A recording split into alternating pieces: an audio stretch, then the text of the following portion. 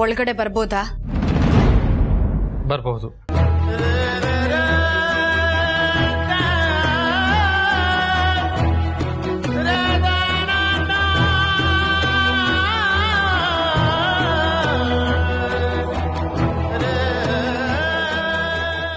ಏನು ವಿಷಯ?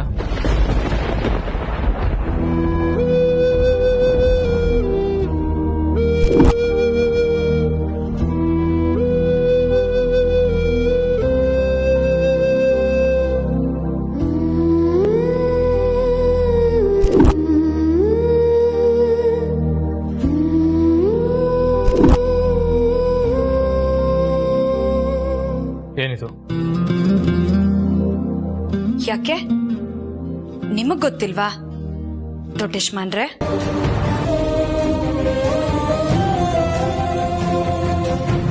ಇದೆಲ್ಲ ಯಾಕೆ ಯಜಮಾನ್ರೆ? ನಾವ್ ಅನ್ಕೊಂಡಾಗೆಲ್ಲ ಆಗಲ್ಲ ಯಜಮಾನ್ರೆ. ನಿಮ್ಮ ಯಾಮಿನಿಯವರ ನಿಶ್ಚಿತಾರ್ಥಕ್ಕೆ ಮಾಡಿಸಿದ ಈ ಪತ್ರಿಕೆಯಲ್ಲಿ ನಿಮ್ ಫೋಟೋ ಪಕ್ಕ ನನ್ ಫೋಟೋ ಹಾಕ್ಸಿದ್ದು ನೀವೇ ತಾನೆ? ಈಗಾಗಲೇ ತಪ್ಪು ಮಾಡಿ ದೊಡ್ಡ ಪಾಠ ಕಲ್ತಿದ್ದೀನಿ, ಮತ್ತೆ ಅದೇ ತಪ್ಪು ಮಾಡೋದ? No chance. ಅದೇನಿದ್ರು ನಿನ್ ಭ್ರಮೆ. ನಾನು ಬೇಡವೇ ಬೇಡ, ನನ್ನ ಜೊತೆ ಆಗಿರೋ ಮದುವೆ ಉಸಿರು ಕಟ್ಟಿಸ್ತಾ ಇದೆ, ನನ್ಗೆ ಇದರಿಂದ ಮುಕ್ತಿ ಕೊಡ್ಸಿ ಅಂತ ಅಂದೋಳೆ. ನನಗ್ ಬೇಕು ಅಂತ ಅಂದ್ಕೊಳ್ಳೋ ಮುಟ್ಟಾಳ ನಾನಲ್ಲ.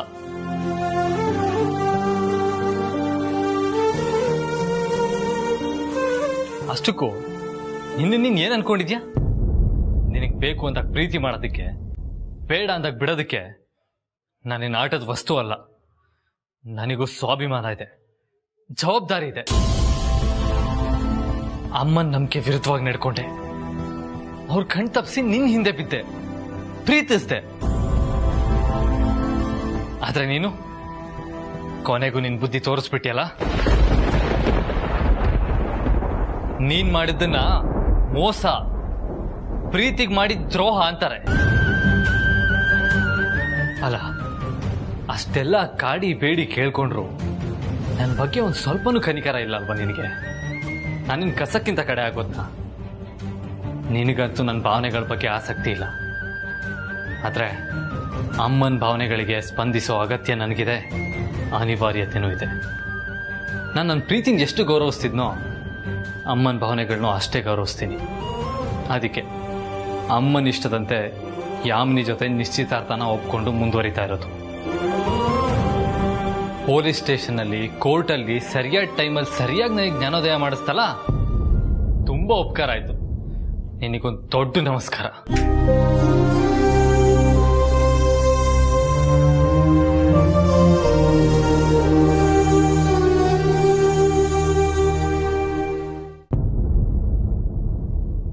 ಹಾಗಾದ್ರೆ ಈ ಪತ್ರಿಕೆನ ಮಾಡಿಸಿದ್ ನೀವಲ್ವಾ? ನೀನ್ ಕೇಳಿದ ಪ್ರಶ್ನೆಗೆ ನಾನು ಆಗ್ಲೇ ಉತ್ತರ ಕೊಟ್ಟಾಯ್ತು. ಪದೇ ಪದೇ ಅದೇ ಪ್ರಶ್ನೆಗೆ ಉತ್ತರ ಕೊಡೋದಕ್ಕೆ ನಾನೇನ್ ಕೀ ಕೊಟ್ಟಿರೋ ಗೊಂಬೆ ಅಲ್ಲ. ಬಂದಿದ್ ಕೆಲ್ಸ ಆಯ್ತಲ್ಲ? ಹೇಳದ ಮಾತು ನೂರಾರಿವೆ, ಹೇಳದೆ ನಾವು ಬೇರಾದೆವೆ, ಆರದೆ ಗಾಯ ಹಸಿಯಾಗಿದೆ, ಪ್ರೀತಿಯ ಕನಸೆ ಹುಸಿಯಾಗಿದೆ. ಯಾರಿಗೆ ಯಾರು ಅಂತ ಮೇಲಿರೋ ಭಗವಂತ ಮೊದಲೇನೆ ಗೀಚಿ ಬಿಡುವ. ನೆನಪೊಂದೆ ಉಳಿದು ಹೋಯ್ತು, ಕಣ್ಣೀರ ಸ್ನೇಹ ಆಯ್ತು, ಸಂತೈಸಬೇಕು ಮನವ. ಬರೀ ಒಂದ್ ಕಾಗದ ಹರ್ದ ಹಾಕಿದ್ದಕ್ಕೆ ನನಗಿಷ್ಟು ನೋವಾಗ್ತಿದೆ ಅಂದ್ರೆ ಪಾಪ ನಾನು ಅವ್ರ ಮನ್ಸನ್ನ ಚೂರ್ ಚೂರ್ ಮಾಡಿದ್ದೀನಿ. ಇನ್ನು ಅವ್ರ ಮನ್ಸಿಗೆ ಎಷ್ಟು ನೋವಾಗಿರಲ್ಲ.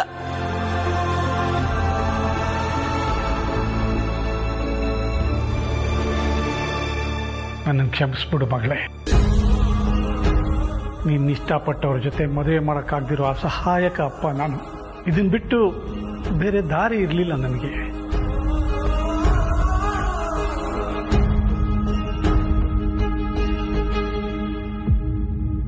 ನೀನು ದೊಡ್ಡ ಯಜಮಾನ್ರ ಫೋಟೋ ಇದು ಪತ್ರಿಕೆನ ಸುಟ್ಟು ಹಾಕ್ತೆ ಅಂತ ಹೇಳ್ತಿದ್ಯಾ ಮಗಳೇ?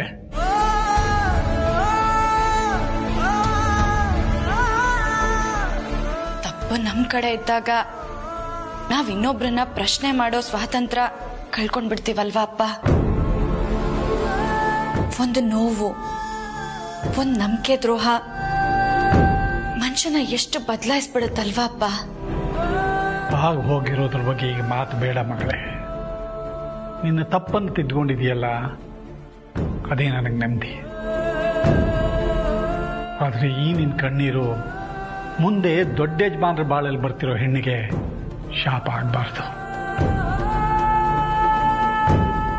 ನಿನ್ನ ಹಾರೈಕೆ ಅವ್ರ ಬಾಳಿಗೆ ವರ ಆಗಬೇಕು. ಒಬ್ಬ ಅಪ್ಪನಾಗಿ ಇದನ್ನೇ ನಿನ್ನಿಂದ ಬಯಸೋದು ನಾನು. ಖಂಡಿತ ಅಪ್ಪ. ನಾನ್ ಪ್ರೀತಿಸಿದ ಯಜಮಾನ್ರು ಇನ್ನೊಬ್ರನ್ನ ಮದ್ವೆ ಆಗ್ತಾರೆ. ಆ ಹೆಣ್ಣು ಅವ್ರ ಜೊತೆ ಜೀವನ ಪೂರ್ತಿ ಖುಷಿಯಿಂದ ಬಾಳ್ತಾರೆ ಅನ್ನೋ ಉದ್ದೇಶದಿಂದಲೇ ನಾನ್ ನನ್ನ ಪ್ರೀತಿನ ತ್ಯಾಗ ಮಾಡಿದ್ದು. ಇನ್ನು ಆಕೆ ಆಸೆಗೆ ನಾನ್ ಯಾಕೆ ಅಡ್ಗೋಡೆ ಆಗ್ಲಿ? ಬರೋ ಹೆಣ್ಣು ಯಜಮಾನ್ರ ಜೀವನದಲ್ಲಿ ನಂದಾದೀಪದ ತರ ಇರಬೇಕು.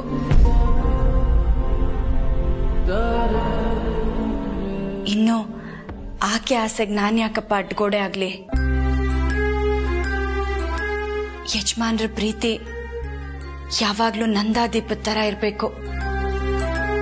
ಅವ್ರನ್ನ ಮದ್ವೆ ಆಗೋ ಹೆಣ್ಣು ಅವ್ರ ಬಾಳನ್ನ ಬೆಳಗ್ಬೇಕು.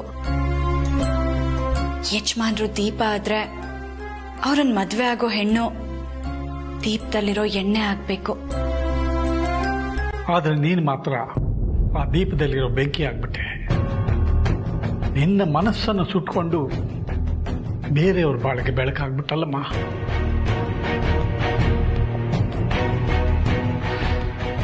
ನನ್ನ ಮನಸ್ಸಿನಲ್ಲಿರೋ ಒಂದು ಮಾತು ಹೇಳ್ತೀನಿ, ತಪ್ಪು ತಿಳ್ಕೊಬೇಡ. ನಿನ್ನ ಮನಸ್ಸಿನಲ್ಲಿ ದೊಡ್ಡ ಯಜಮಾನ್ರ ಬಗ್ಗೆ ಬೆಟ್ಟದಷ್ಟು ಪ್ರೀತಿ ಇದೆ ಅನ್ನೋದು ಎಷ್ಟು ಸತ್ಯನೋ, ಮಾನಸಿಕವಾಗಿ ನೀನು ಅವರಿಂದ ದೂರ ಆಗಬೇಕು. ಆಗಲೇ ನಿನ್ನ ತ್ಯಾಗಕ್ಕೆ ಅರ್ಥ ಸಿಗುತ್ತೆ ಅನ್ನೋದು ಕೂಡ ಅಷ್ಟೇ ಸತ್ಯ.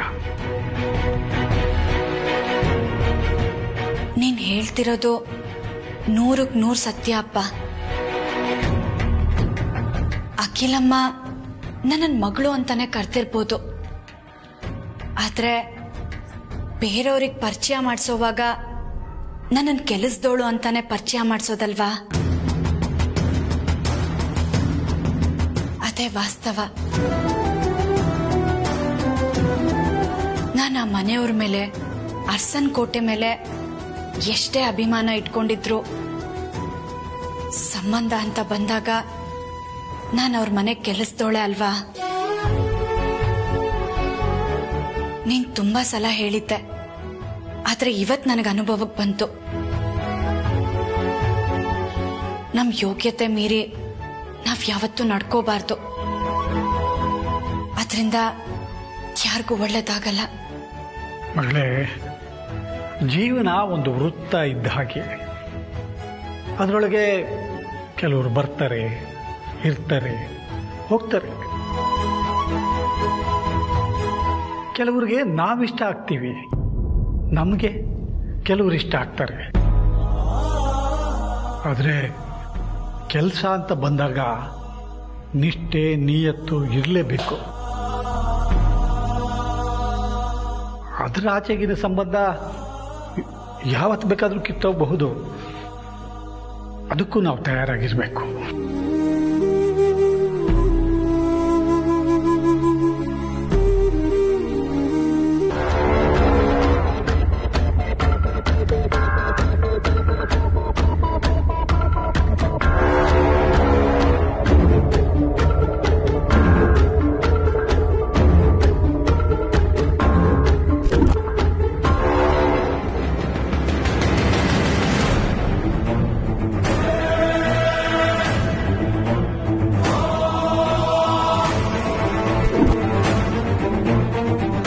ಇಲ್ಲ ಮೇಡಮ್, ಇವ್ರು ನಮ್ಮ ಆಫೀಸಿಗೆ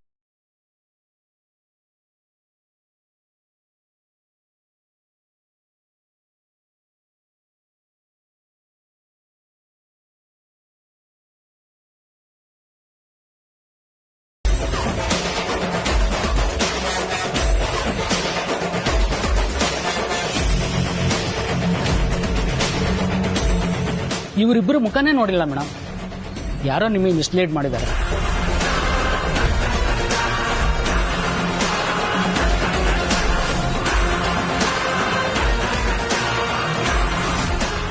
ಪಾರು, ಏನು ಈಗ ಬರ್ತಿದ್ಯಾ? ಲೇಟ್ ಆಗ್ಲಿಲ್ವಾ? ಹೋಗು, ಎಲ್ಲರೂ ಕಾಫಿ ಕಾಯ್ತಾ ಇರ್ತಾರೆ. ಸರಿಯಪ್ಪ.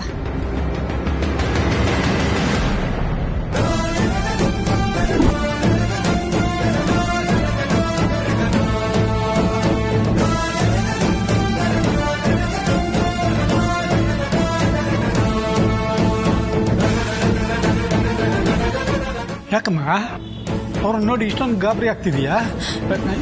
ಯಾರವರು? ಅಪ್ಪ, ನನ್ನ ಯಜಮಾನ್ರು ರಿಜಿಸ್ಟರ್ ಮದ್ವೆ ಮಾಡಿಸಿದ್ದು ಇದೇ ಆಫೀಸರು.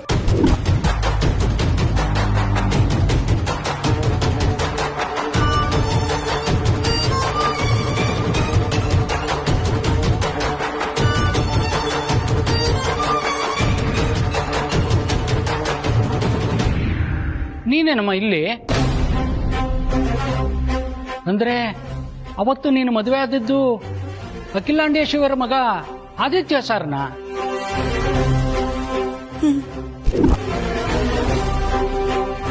ಆದ್ರೆ ಆ ವಿಷಯ ಇನ್ನೂ ಅಖಿಲ ಮೇಡಮ್ ಗೊತ್ತಿಲ್ವಾ? ಇಲ್ಲ ಸರ್, ಗೊತ್ತು ಮಾಡೋ ಉದ್ದೇಶನೂ ಇಲ್ಲ. ಈಗಾಗ್ಲೇ ಅವ್ರಿಗೆ ಬೇರೆ ಹುಡುಗಿ ಜೊತೆ ನಿಶ್ಚಿತಾರ್ಥ ಗೊತ್ತಾಗಿದೆ. ಹಾಗೆ ನಾನು ಅವ್ರನ್ನ ಮದ್ವೆ ಆಗಿರೋದನ್ನ ರದ್ದು ಮಾಡ್ಕೊಡಿ ಅಂತ ಕೋರ್ಟಲ್ಲಿ ಕೇಳ್ಕೊಂಡಿದ್ದೀನಿ. ಏನಮ್ಮ ಹೇಳ್ತಾ ಇದ್ಯಾ? ಈ ವಿಷಯನ ಕೇಳಿ ನಾನು ಏನ್ ಹೇಳ್ಬೇಕೋ ಗೊತ್ತಾಗ್ತಾ ಇಲ್ಲ.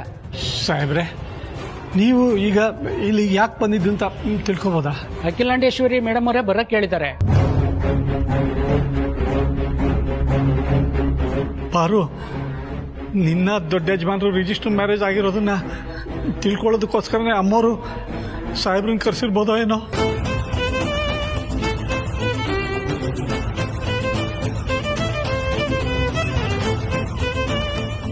ಸರ್, ನಮ್ಮ ಮದ್ವೆ ಮುರಿದ್ ಬೀಳೋ ಹಂತದಲ್ಲಿದೆ. ಆದ್ರೆ ಅವ್ರು ಇವಾಗ ಆಗ್ತಿರೋ ಮದ್ವೆ ಅಖಿಲಮ್ಮಂಗ್ ತುಂಬಾ ಮುಖ್ಯ. ದಯವಿಟ್ಟು ನಮ್ಮ ಮದ್ವೆ ಬಗ್ಗೆ ಸುಳ್ಳು ಹೇಳಿ ಸರ್. ನೀವಿವಾಗ ಸತ್ಯನ ಮುಚ್ಚಿಟ್ರೆ ಕಡೆವರೆಗೂ ನನ್ನ ಗಂಡನ ಮುಖ ನೋಡ್ಕೊಂಡು ಇದೇ ಮನೇಲಿ ಕೆಲಸದೊಳಗಿರ್ತೀನಿ. ಒಂದ್ ವೇಳೆ ನೀವೇನಾದ್ರೂ ಸತ್ಯ ಹೇಳಿದ್ರೆ ನಾನು ಸತ್ತೋಗ್ಬಿಡ್ತೀನಿ.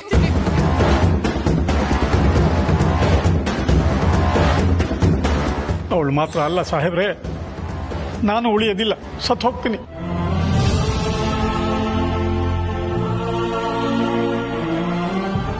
ಸರ್, ಯಾಕೆ ಏನು ಅಂತ ಕೇಳ್ದೆ. ದಯವಿಟ್ಟು ಇದು ಒಂದೇ ಒಂದ್ ಸುಳ್ಳು ಹೇಳಿ ಈ ಅರ್ಸನ್ ಕೋಟೆ ಮರ್ಯಾದೆ ಉಳಿಸಿ ನಿಮ್ ಕಾಲಿಗೆ ಬೀಳ್ತೀನಿ.